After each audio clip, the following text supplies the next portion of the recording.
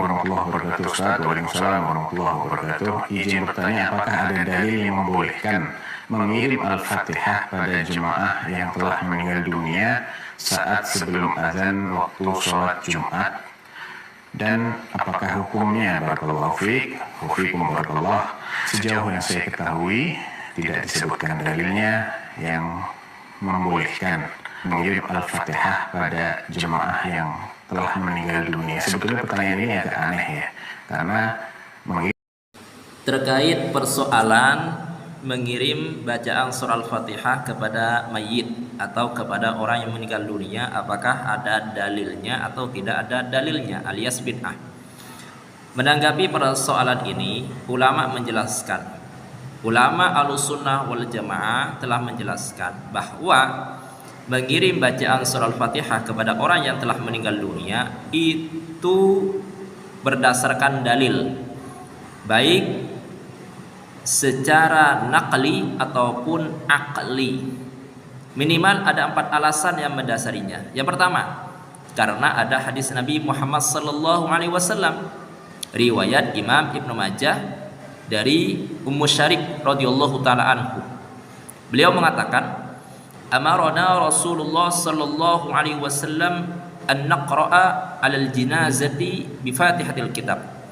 Bahwa Rasulullah sallallahu alaihi wasallam telah memerintahkan kepada kami untuk membacakan surah Al-Fatihah kepada jenazah, kepada orang yang telah meninggal dunia. Senada dengan hadis ini adalah hadis riwayat Imam At-Tabrani yang disebutkan oleh beliau di dalam kitab Al-Kabir dari Ummu Afif Al-Hindiyah. Maka berdasarkan riwayat tersebut, mengirim membaca surah Al-Fatihah kepada mayit atau kepada orang yang meninggal dunia itu disyariatkan berdasarkan hadis tersebut. Alasan yang pertama. Alasan yang kedua, kita tahu, kita maklumi bersama-sama bahwa ibadah haji atas nama mayit atau atas nama orang yang meninggal dunia itu boleh dan pahalanya sampai kepada si mayit. Maka begitu juga dengan bacaan Al-Fatihah kepada mayit, itu boleh dan pahalanya sampai kepada si mayit. Kenapa? Karena bacaan surah Al-Fatihah ini termasuk ibadah yang tercakup di dalam ritual pelaksanaan ibadah haji. Dalam haji itu ada solat, dalam solat ada bacaan Al-Fatihah. Maka amalan yang secara keseluruhannya itu sampai kepada mayit, maka yang sebagiannya pun yaitu bacaan surah Al-Fatihah itu sampai kepada si mayit. Alasan yang kedua. Alasan yang ketiga, bahwa satu-satunya surah dalam Al-Quran yang dibaca pada saat pelaksanaan sholat jenazah itu adalah surah Al-Fatihah. Jadi satu-satunya surah yang dibaca pada saat pelaksanaan sholat jenazah itu adalah surah Al-Fatihah. Andai kata si mayit atau jenazah tidak mengambil manfaat, tidak mengambil faidah dari pelaksanaan sholat jenazah, maka sholat jenazah tidak akan disyariatkan.